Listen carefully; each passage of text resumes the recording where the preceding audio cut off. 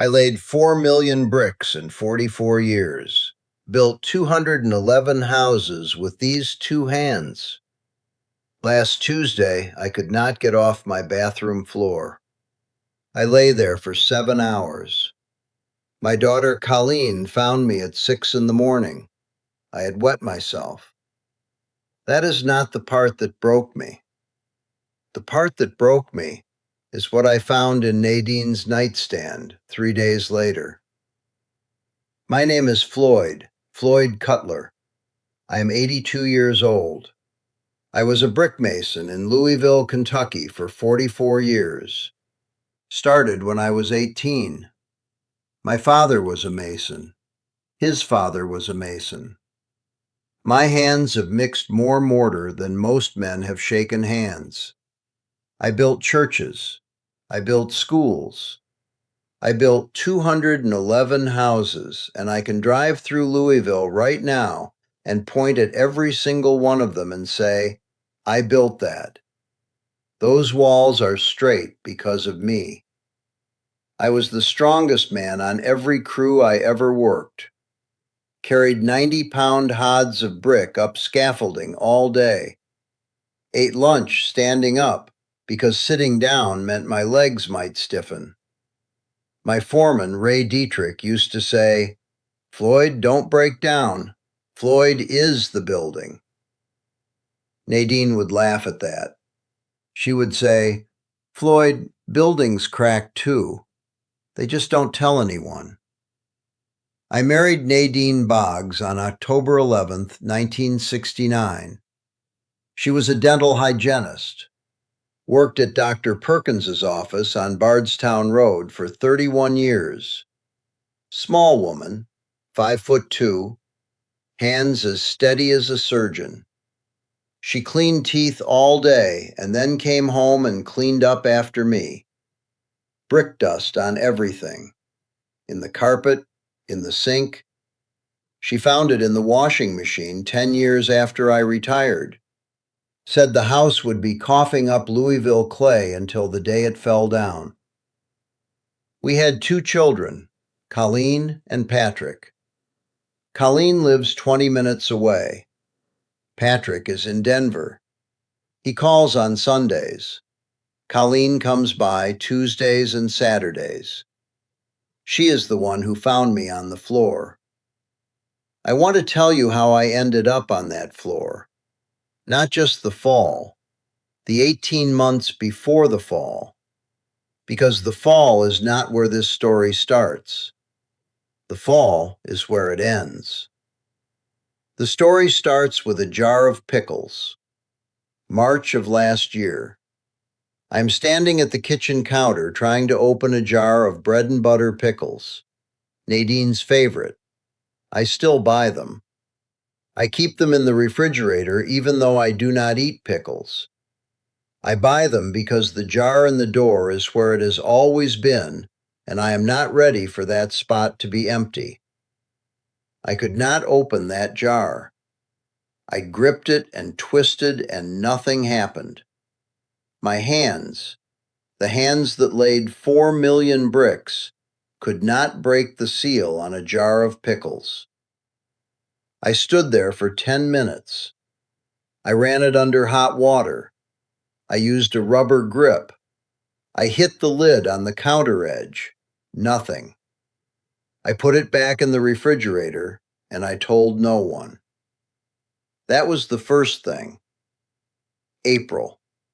I'm sitting in my recliner watching the Reds game. Colleen is in the kitchen making coffee. She calls me in.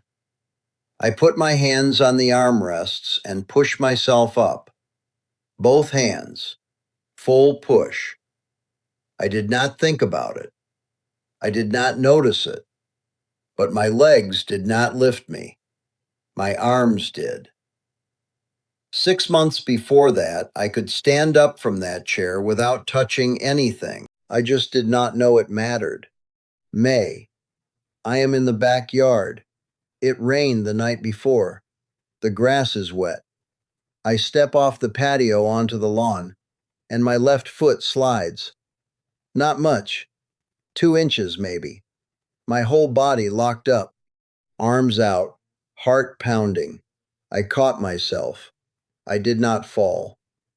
But I stood there frozen for a full 10 seconds because my body had forgotten how to recover from 2 inches of unexpected movement.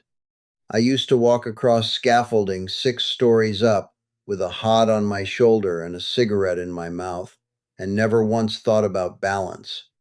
Now 2 inches of wet grass made my heart race. June. Colleen and I are in the grocery store. She dropped a box of rice on the floor. I bent down to pick it up, and I could not get back up straight. Something locked in my lower back. I stood there bent at the waist, one hand on my knee, my face about 2 feet from the floor. Colleen said, "Dad, are you okay?" I said, "I am fine." I stood up slow. Took about 15 seconds to straighten out. Everything ached for the rest of the day. I used to pick up 80-pound bags of cement from the ground and toss them onto a truck bed. One smooth motion. No thought. Now, I could not pick up a box of rice. July. Nadine used to make me walk with her every morning. 6:30. Rain or shine. She would stand at the bottom of the stairs and say, "Floyd, boots on.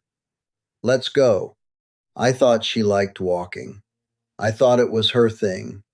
She walked 3 miles every morning, and she wanted company, and I was the company. I went because she asked.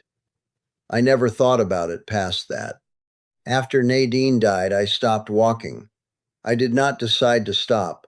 I just did not have anyone standing at the bottom of the stairs telling me to put my boots on. So the boots stayed by the door, and I stayed in the recliner. By July, I could not walk to the end of my block without stopping. My block is 400 feet long. I made it maybe 200 feet, and I had to sit on Marvell Henderson's front wall. Just sat there, breathing hard, looking at my house 200 feet away. I used to walk across roof scaffolding all day, carrying bricks. Now I could not walk 200 feet on flat ground. But I told myself, I am 81. This is normal. This is what happens. That is the sentence that almost killed me. This is what happens. I said it every time something stopped working. I said it when I could not open the pickles, when my legs would not lift me from the chair, when 2 inches of wet grass made me freeze, when a box of rice put me on my knees, when 200 feet left me gasping on a neighbor's wall. This is what happens. No, this is what happens when you let it happen. August, the porch steps. I have 3 steps from my front door to the walkway. 3 steps I built myself in 1993. I laid those bricks. I set those stones. I poured that footing. In August, I started holding the railing going down those 3 steps. I never held that railing before. I built it for Nadine. She was 5'2". Those steps were big for her. The railing was for her. Now it was for me. I did not tell Colleen. I did not tell Patrick. I did not tell my doctor. I told myself, this is what happens. September. I switched from lace-up boots to slip-ons. 44 years I wore Red Wing lace-up work boots. Every morning I sat on the edge of the bed and tied those boots, and my day started. After I retired, I still wore them, every day, because that is who I am, a man who wears work boots. In September, I could not bend far enough to tie them. I went to the store and bought a pair of brown slip-on shoes. I put the Red Wings by the door where they had always been. They are still there, right now. By the door. Laces still tied from the last time I wore them. I remember the morning I put on the slip-ons for the first time. I looked at those Red Wings sitting by the door, and I thought, I am going to put those on again soon. I just need a few days. That was 7 months ago. November. Nadine's birthday, November 4th. I always take flowers to the cemetery. I drove there. I walked from the car to her stone, 40 yards maybe. I put the flowers down. And then I realized I was not sure I could get back to the car. My legs were heavy. My back hurt. I was dizzy. I stood at her grave, and I looked at the car 40 yards away. And I thought, if I go down right now, nobody is going to find me for hours. I made it to the car. I sat in the driver's seat for 20 minutes before I drove home. I did not tell anyone. December, Christmas at Colleen's house. Everybody there. Patrick flew in from Denver. The grandkids. Colleen made a ham. After dinner, the kids were on the floor playing with toys. My grandson Eli, he is 4, he looked up at me and said, "Pap, come sit down here with us." I could not get on the floor. I knew that if I got on that floor, I would not get back up. Not without help. Not without someone pulling me.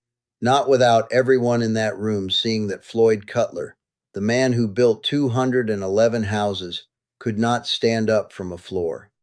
I said, "Pap's tired, buddy. You come up here." He climbed into my lap, but he wanted me on the floor with him. I could see it in his face. He wanted his pap down there, and I could not do it.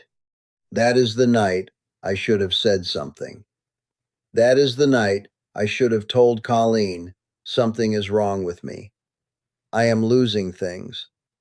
My legs, my balance, my hands, my back.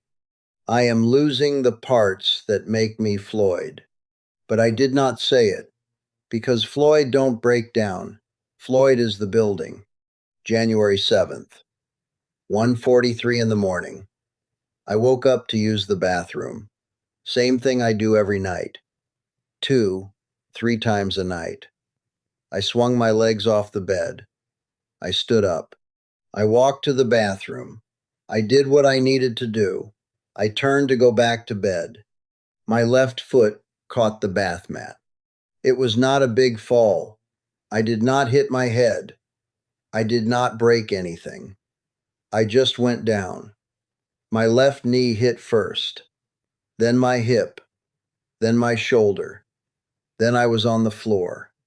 Cold tile. Bathroom light still on. And I could not get up. I tried.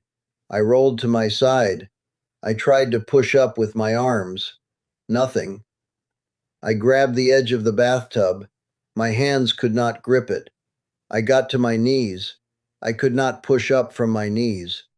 My legs would not cooperate. I lay there, 1:43 in the morning. Nobody home. Colleen does not come until Saturday. Patrick is in Denver. I had my phone in the bedroom on the nightstand, 10 feet away. I could see the glow of the charger through the bathroom door, 10 feet. I tried to crawl. I made it about 3 feet. My arms gave out. I lay on the hallway floor between the bathroom and the bedroom, and I stopped moving. I thought about Ray Dietrich saying, "Floyd, don't break down." I thought about Nadine saying, "Buildings crack too. They just don't tell anyone." She was right. I lay there in the dark. I counted the hours by the light changing through the bedroom window. I watched the ceiling go from black to gray to pale blue. I heard the birds start. I heard the garbage truck at 5:15. I heard Marvell Henderson's dog bark at 5:40. I had wet myself somewhere around 4 in the morning. I felt it happen, and I could not do anything about it. I just lay there in it. 82 years old, 4 million bricks, 211 houses, lying in my own urine on the hallway floor. Colleen came at 6:12. She has a key.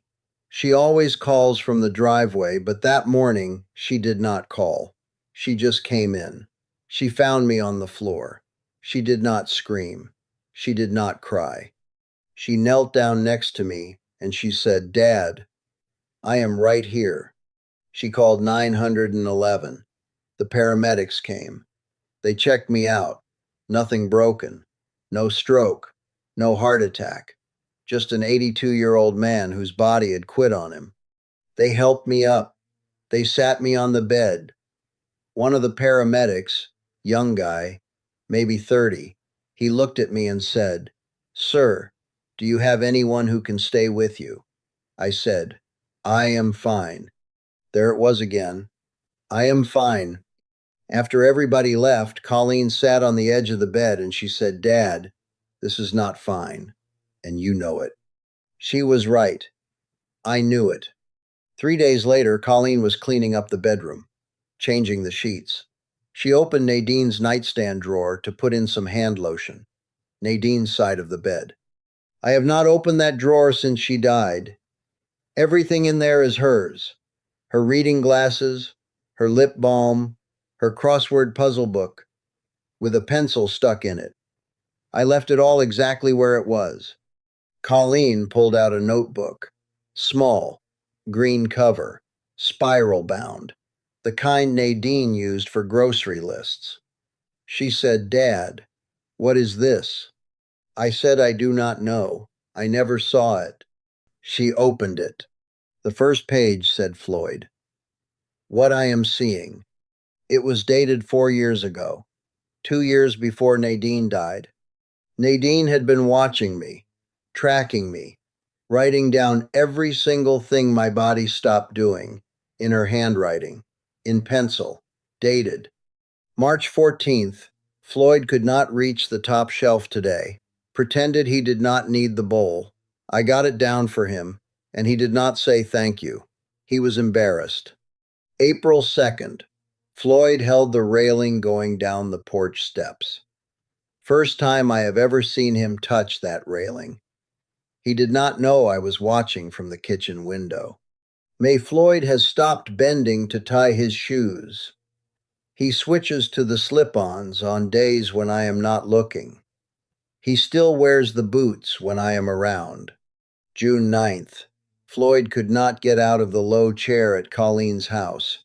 He pushed off with both arms. He used to stand up from that chair like it was nothing. August, Floyd stopped walking. I cannot get him to walk with me anymore. I go alone. I walk past Marvell's house and I think about Floyd sitting in that recliner getting weaker every day, and I do not know what to do. Colleen read page after page, every date, every observation, every small thing I lost that I thought nobody noticed. She noticed everything. The notebook was 41 pages, 2 years of watching me fall apart. But that was only the first half. The second half was a plan. Nadine had written down exercises, stretches. She had looked things up. She wrote chair stands, 10 per day, no hands. She wrote, walk 15 minutes, minimum, every morning. Non-negotiable. She wrote balance practice, 1 foot, brush teeth on 1 foot. She wrote reach overhead every day, touch the top shelf, keep the range, or lose it. She had a plan for me, step by step, week by week. She was going to sit me down and show me the notebook and say, "Floyd, I love you, but I am watching you disappear. And I am not going to let that happen without a fight." I know she was going to say that because she wrote it. Second to last page. In her handwriting, "Floyd, I love you, but I am watching you disappear, and I am not going to let it happen without a fight. You are going to be angry with me for writing all of this down. You are going to say you are fine. You always say you are fine, but you are not fine. And I would rather have you angry and walking than proud and on the floor." She wrote that 14 days before she died. She never got that morning. Colleen closed the notebook and she looked at me and she could not say anything. I could not say anything either. Everything Nadine did every morning walk, every time she asked me to come to the kitchen, every time she put something on a low shelf instead of a high one, every time she said, Floyd, come outside with me, she was trying to keep me moving. She was trying to stop exactly what happened on January 7th. And I thought she just liked walks. And when she died, I stopped. Colleen comes every day now, not Tuesdays and Saturdays, every day. She stands at the bottom of the stairs at 6:30 in the morning, and she says the exact same words. Dad, boots on, let us go. She found those words in the notebook. Last page. Nadine wrote, if something happens to me before I can tell him, tell Colleen. Tell her to say, boots on, let's go, every morning. He will fight it. Make him go anyway. Colleen has been saying those words to me for 2 months now. She drives 20 minutes each way every morning to stand at the bottom of my stairs and say 4 words her mother left for her in a green notebook. I put the Red Wings back on 3 weeks ago. I cannot tie them yet. Colleen ties them for me, but I wear them every morning. I walk to the end of the block now. Some days I make it past Marvell's wall. Some days I sit on it, but I go. I am doing the chair stands. 10 a day. My legs shake, but they are waking up. I stand on one foot while I brush my teeth. I hold the counter with one hand. I am not ready to let go yet, but I will be. Every morning I open that green notebook and I read one page. Not the observations, the plan. I read what Nadine wanted me to do that day, and I do it. I am 6 weeks into a plan my wife wrote for me 2 years before I knew I needed it. 4 years after she started watching me disappear. She saw it. I did not. That is the lesson. Your body tells you. It tells you with a pickle jar. It tells you with a chair armrest. It tells you with 2 inches of wet grass. It tells you with a box of rice. It tells you with a porch railing. It tells you with a pair of boots you cannot tie. It tells you every single day. And every single day you say, I am fine. This is what happens. It is not what happens. It is what you let happen. I do not know how many mornings I have left. Colleen is going to stand at those stairs for as long as I am here, because Nadine asked her to, and because Colleen is her mother's daughter. But here is the thing I want you to hear. The thing that kept me on that floor for 7 hours. It was not weak legs. It was not bad balance. It was not stiff hands. It was 37 words I said too many times. I am fine. You are not fine. Nobody watching this right now and nodding their head is fine. You know something stopped working.